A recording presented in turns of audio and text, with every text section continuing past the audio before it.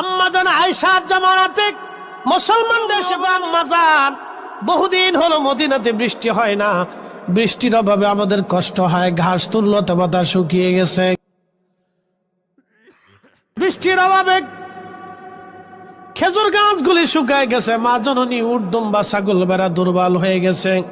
ওগো আম্মাজান আপনি দোয়া করে দেন যেন আল্লাহর আকাশ থেকে বৃষ্টি হয়। তখন আম্মাজান বলেন, আমার সাহাবীরা, আমার নবীর উম্মতরা, তোমরা একটা কাজ করো, তোমরা রওজা শরীফের উপর থেকে যে ছাদ আছে, খেজুর পাতার ছাউনি আছে, এই খেজুর পাতার ছাউনি তোমরা আকাশের ছাদগুলি তোমরা খুলে দাও। খুলে দেওয়ার কারণে রওজা শরীফ থেকে আকাশ দেখা যাবে, আকাশ থেকে রওজা শরীফ দেখা যাবে, দেখবা তারপরে আল্লাহর আকাশ থেকে বৃষ্টি আসা শুরু হবে। সুনানুদ দারিমিতে ইমাম দারিমি হাদিসুদ দুনিয়া ছিলেন তিনি। সারা পৃথিবীতে এমন কোন হাদিস ছিল না ইমাম দারিমি না জানতেন। তেনার সুনানের ভিতরে তিনি হাদিস খানা লিখে রাখেন। আম্মা জান আয়েশার কথা মোতাবেক সাহাবায়ে কেরাম যখন নবীজি রওজা শরীফ থেকে ছাদ থেকে যখন এই খেজুরের ছাউনিগুলি সরায় দিলেন, সরায় দেওয়ার পরে আল্লাহর আকাশে মেঘ জমে অজর দ্বারা বৃষ্টি শুরু হয়ে গেল। একাধারে 7 দিন 7 রাত পর্যন্ত বৃষ্টি নামলো, একটা সেকেন্ডের জন্য বৃষ্টি বন্ধ হয় নাই। একবার জোরে বলা যাবে কি আল্লাহু আকবার? উসিলা আসেনি? একসাথে বলেন, উসিলা আসেনি? আছে তো, নবী আসেনি? এখন রওজা শরীফের ছাদ ফাঁকা হলো, বৃষ্টি নামলো, কারণ কি? মুহাদ্দিসরা ব্যাখ্যা করছেন এইভাবে, আল্লাহর আকাশ যখন রওজা শরীফ দেখলো তখন আকাশের কান্না শুরু হয়ে গেল। আল্লাহ মেঘ দিয়ে অঝোর ধারায় বৃষ্টি শুরু করে দিল। 7 দিন একাধারে বৃষ্টি নামলো। 7 দিন বৃষ্টি নামার কারণে মাটির ঘর যাদের ছিল সেটা দুর্বল হয়ে গেল, তো ভেঙে ভেঙে ভেঙে ভেঙে পড়তে চায়। 7 দিন পরে সাহাবায়ে কেরাম বসে বললেন, আম্মা জান আমাদের আর বৃষ্টির দরকার নাই, এখন কি করব? তা আম্মা জান বললেন, তাহলে রওজা শরীফের ছাদ আবার পুনরায় তোমরা ঢেকে দাও। সুবহানাল্লাহ, বাড়ি যাইয়া একসাথে বলেন আল্লাহু আকবার।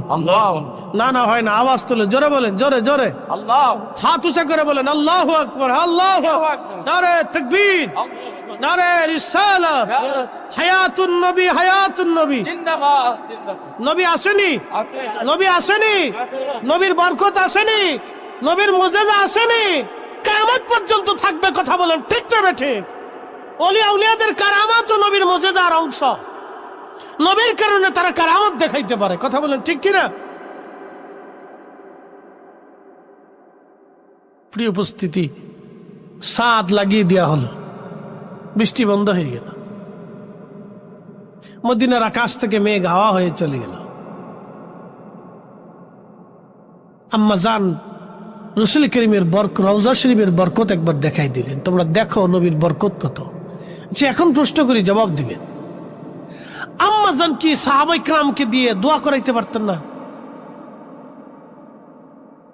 এই আমার দিকে তাকান, এখান থেকে বুঝতে হবে। আম্মা জান কি সাহাবায়ে কেরাম দিয়ে দোয়া করাইতে পারতেন না? সাহাবীরা আমাদের চাইতে আল্লাহর জন্য বেশি নিবেদিত না? আমাদের থেকে তারা আল্লাহর চাইতে এত বেশি নিবেদিত যে আমরা যে ত্যাগ, সারা মুসলমান যে ত্যাগ দিছি, একজন সাহাবীর আপনার সাহাবীর সেই ত্যাগের সমান হবে না। কথা ঠিক আছে না ভাই? তারা কলিজা কেটে আল্লাহর দ্বীনের জন্য লড়াই করছে। আল্লাহর চাইতে তো আমাদের চাইতে তাদের মহব্বত এত গুণে বেশি, যার কোনো গুণের হিসাব আমি দিতে পারবো না। তো তারা আল্লাহর কাছে না আছে, রওজা শরীফের ছাদ ফাঁকা করে দিল। আম্মা জান আয়েশা এই বিদ্যার শিক্ষা দিল, কারণটা কি? আমরা সুন্নিরা বেদাতি নাকি বলেন? বিরাট বড় বেদাতি আমরা, বিরাট বড় মাজার খুঁজার।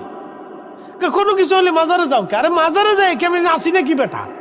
যারা নাচে তাদের সাথে আমাদের সম্পর্ক নাই, যারা মাজারে সেজদা দেয় তাদের সাথে আমাদের কোনো সম্পর্ক নাই। কথা কোন ঠিক কিনা? যারা মাজারে ফুল সজ্জা দিয়ে, ফুলের বাসর ঘরের মতো সাজাই গুজাই দিয়ে এটা সেজদা মেজদা মারবে, ডলডুকুর পিঠে গান বাজনা 2 বাড়ি টাড়ি দিয়া মহিলা বেরিয়ে এনে ওরস পালন করবে, তাদের সাথে আমাদের কোনো সম্পর্ক নেই, কখনোই নেই।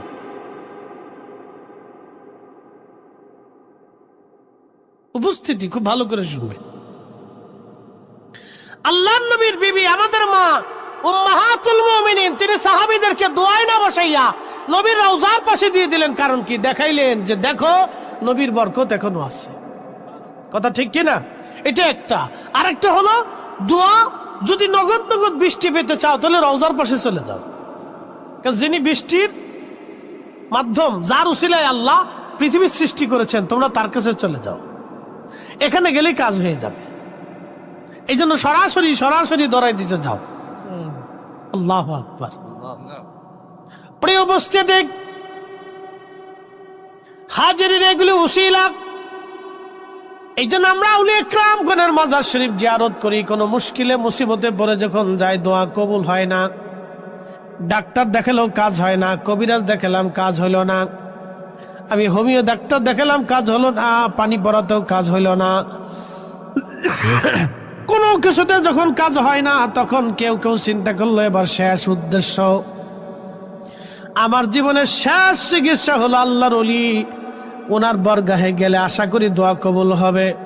তখন মানুষ সুদূর পথ অতিক্রম করে হযরত শাহজালাল রহমাতুল্লাহর মাজার শরীফে বৈশাখ কান্দে, সতুরার হুজুর কেবলার মাজারের পাশে বৈশা তারা জিয়ারত করে আল্লাহর দরবারে হাত ভরে কান্দে, কারণ তাদের বিশ্বাস ইন্না রাহমাতাল্লাহি করিবুম মিনাল মুহসিনিন,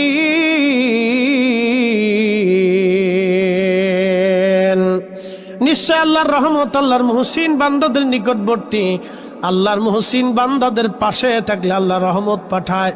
অতএব মুহসিনদের পাশে বসে কেউ যদি দোয়া করে, আমার রব আমার আল্লাহ দোয়া কবুল করে নেয়।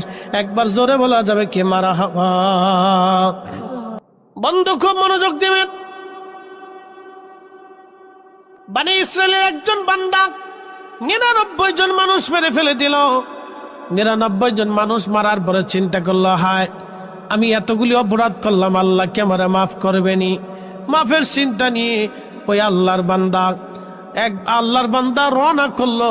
কোথায় গেলে মাফ হবে, কেমনে মাফ চাবো?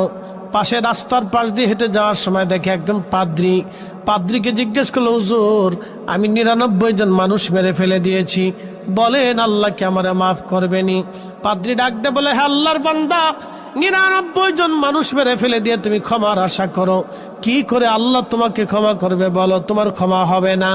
এই কথা যখন বললেন, তখন আল্লাহর বান্দা চিন্তা করলেন যে আমার যেহেতু ক্ষমা হবে না, তাহলে আজকে তোমারও সাইডে দিয়ে লাভ নাই, আজকে তোরও খাইছি। এই কথা বলে পাদ্রীরও ফিরেছে, মেরে ফেলছে হুজুরে, শেষ। ভুল ফতোয়া দিলে যাওয়া হয় আর কি। আমাদের দেশে এরকম ভুল ফতোয়ার কারণে কত দাঙ্গা ফাসাদ, অশান্তি, বিশৃঙ্খলা, কি কথা কর না ঠিক কিনা? এটা আসি লেগেই রয়েছে, শেষ হয় না। তাই পাদ্রীরে ফিটেই মেরে ফেললো। খুন হইলে 100, অনুতপ্ত আবার অন্তরে আসছে, আহা আমি আবার ভুল করলাম। দৌড়ে কিছু দূর যাওয়ার পরে দেখে কারিয়ার পাশে এক বুজুর্গ বান্দা বসে আল্লাহর ইবাদত করে। জিজ্ঞেস করলো, ও আল্লাহর বান্দা, আমি এই কঠিন গুনাহ করছি, শেষ সময় একজন পাদ্রীকে মেরে ফেলছি, আল্লাহ কি আমার মাফ করবে? তখন এই বুজুর্গ বলতেছে, হ্যাঁ আল্লাহ তোমাকে মাফ করে দিবে।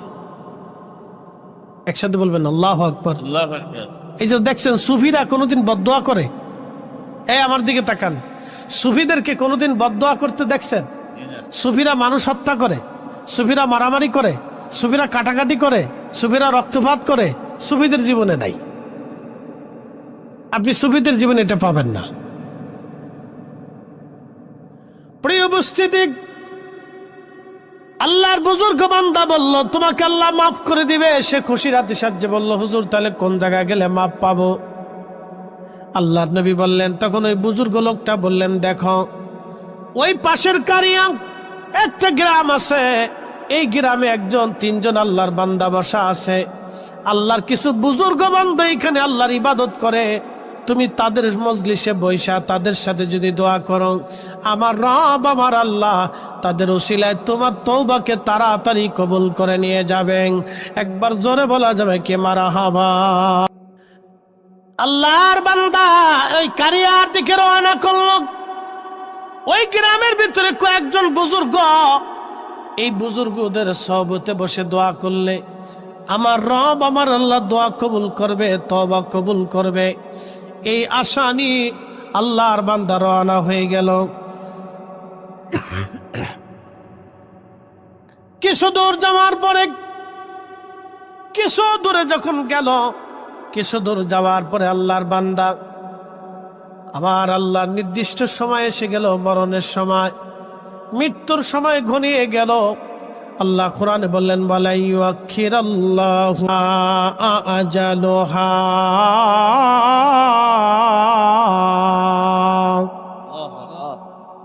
রব্বুল আলামিন বললেন, হে আমার বান্দা, তোমাদের জীবনের হায়াত যখন শেষ হয়ে যাবে, তখন দুনিয়াতে থাকার আর কোনো সুযোগ নাই। আর একবার দুনিয়ার থেকে যদি তুমি চলে যাও, কবর থেকে ফিরে আসার আর কোনো রাস্তা নাই। প্রিয় উপস্থিতি, মনোযোগ দেবেন।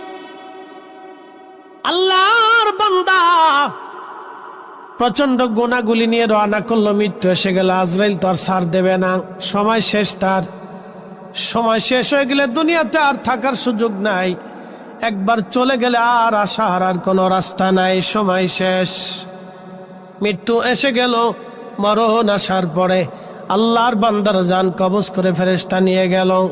তখন দুই দল ফেরেশতা আসছে, জান্নাতের ফেরেশতা, জাহান্নামের ফেরেশতা। দুই দল ফেরেশতা এসে দুই দলে বদানুবাদ করে।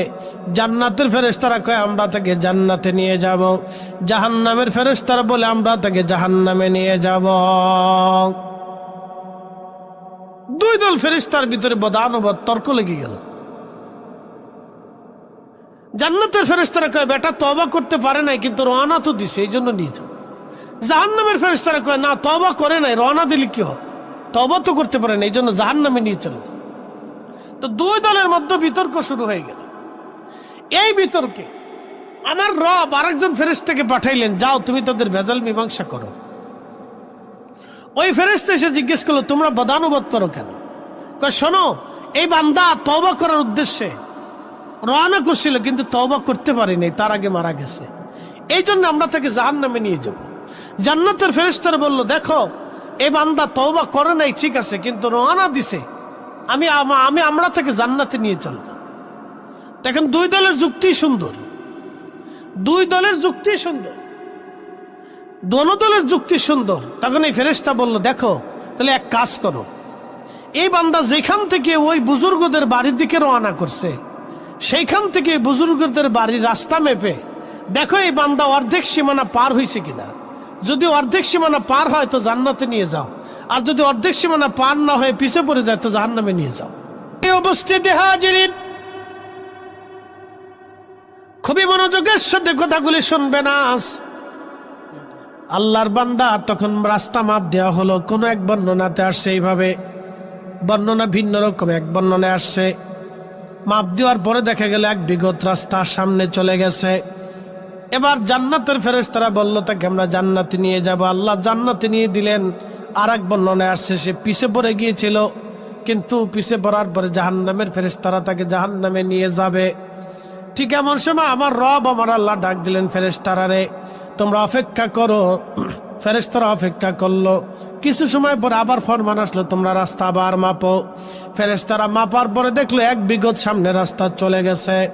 ফেরেশতারা বলল, রব্বুল আলামিন আমাদের মাপে তো কোনো ভুল হয় না আল্লাহ, কিন্তু এক বিগত রাস্তা পিছে পড়ে গেল। আবার এখন মাপলাম এক বিগত রাস্তা সামনে চলে গেল, কারণ কি? আল্লাহ ডাক দে বলে, ফেরেশতারা আমার বান্দা তওবা করে নাই, কিন্তু তওবা করার জন্য আমার অলির বাড়ির দিকে রওনা করেছিল, আমি এই কারণে আমার বান্দার জীবনের গুনাহ মাফ করে দিলাম।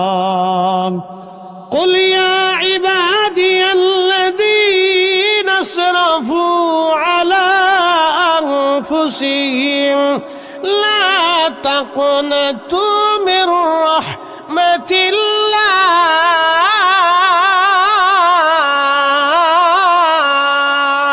الله أكبر.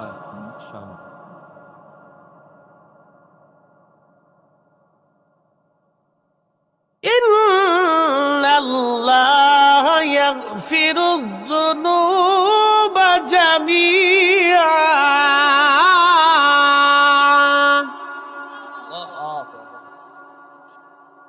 قل হুজুর আপনি বলে দেন, ইয়া ইবাদিয়াল্লাযীনা আসরাফু, হে আমার বান্দারা তোমরা নফসের সাথে যত জুলুম করো, আলা আনফুসিহিম তোমার নফসের সাথে যত জুলুম করো, যত গুনাহ করো, গুনাহ যদি সাগর সমুদ্রের পানি সম হয়, আকাশ জমিন যদি ভরে যায়, 7 আসমান 7 জমিন যদি গুনায় ভরেও যায়, বান্দারে লা তাকনাতু মির রাহমাতিল্লাহ, তুমি আমার রহমত থেকে তুমি নিরাশ হইও না, আমি মালিকের রহমত থেকে তুমি নিরাশ হইও না।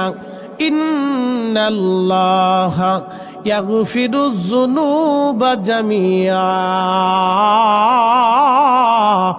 নিশ্চয় আমি রব তোমার জীবনের সমস্ত গুনাহগুলি আমি আল্লাহ তোমাকে মাফ করে দিব, ক্ষমা করে দিব, মাফ করে দিব। তওবা করো না রে মন, তওবা করো না, তওবা করো না রে মন, তওবা করো না।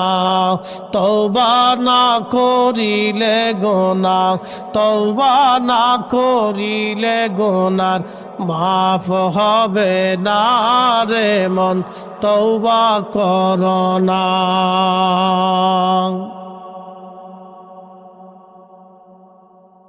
তওবা করার সাথে সাথে আল্লাহ মাফ করে দেয়। আজাজিল শয়তান যখন আল্লাহ থেকে বিতাড়িত হবে, কানা মিনাল কাফিরিন, আল্লাহ বলে দিলেন তোকে অবিশ্বাসীর অন্তর্ভুক্ত বানাই দিলাম, তুই কাফের, তুই অবিশ্বাসী, চলে যা নাফরমান, আমি রবের দরবারে তোর আর কোনো জায়গা হবে না। তখন আজাজিল বড় ডাক দে বলো, রব্বুল আলামিন তুমি আমারে নাফরমান বানাই দিলাম, আল্লাহ 9 লক্ষ বছর তোমারে সেজদা দিলাম, বিনিময় কি তুমি আমারে দেব? কিছু দেবা না। আল্লাহ বলেন কি চাস আজাজিল বল। আজাজিল ডাক দে বলে, ইয়া রাব্বি আমারে 3টে জিনিস দাও। বলে এক নাম্বার কিয়ামত পর্যন্ত তুমি আমার হায়াত দাও। আল্লাহ বললেন কিয়ামত পর্যন্ত তোকে হায়াত দিলাম। 2 নাম্বার আর কি চাস? বলে রব্বুল আলামিন আমাকে তামাম দুনিয়া তাসাররুফ করব, ঘুরে চলে আসব, 1 মুহূর্ত 1 সেকেন্ডের ভিতরে চলে আসতে পারি, ক্ষমতা দাও।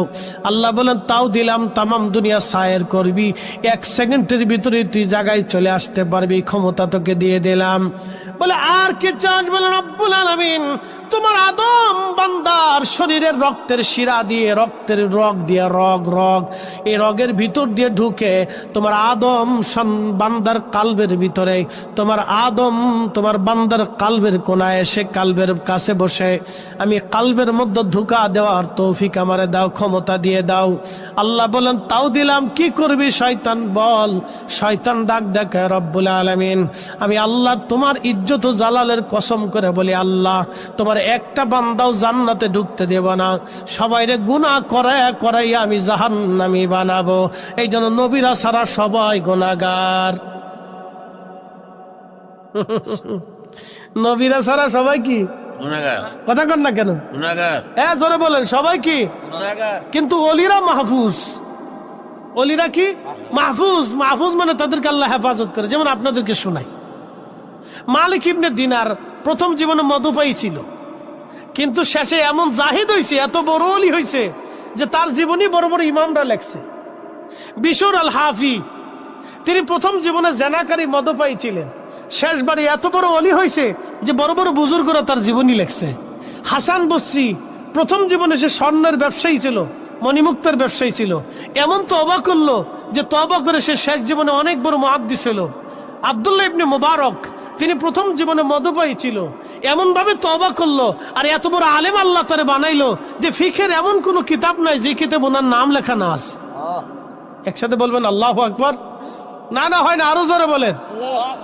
তাহলে সব ওলিদের জীবনেও ত্রুটি ছিল, খাতা ছিল, ভুল ছিল, গুনাহ হয়েছিল, কিন্তু আল্লাহ তাদেরকে মাহফুজ করে দিছে। একসাথে বলবেন আল্লাহু আকবার।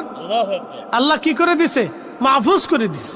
আল্লাহ তাদেরকে গুনাহ থেকে হেফাজত করিয়া, পাক সাফ করিয়া, গুনাহগুলি মাফ করে দিয়ে আল্লাহ তার ওলি বানাইয়া, বন্ধু বানায় কাছে টেনে নিয়ে গেছে। একসাথে বলবেন আল্লাহু আকবার।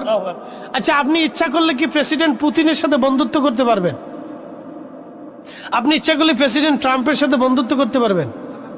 আপনি ইচ্ছা করলে শি জিনপিং আমাদের প্রধান উপদেষ্টা বন্ধুত্ব করা যাবে? পারবেন না।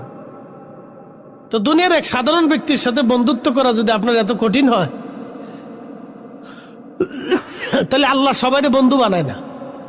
সবাইরে আল্লাহ বন্ধু বানায় না, আল্লাহ বাচ্চা কুচ্ছে বন্ধু বানায়। যে বন্ধু হতে চায় আল্লাহ তাকে বানায়, যে চেষ্টা করে আল্লাহ তারা কবুল করে। এই জন্য সবারই বন্ধু বানায় না।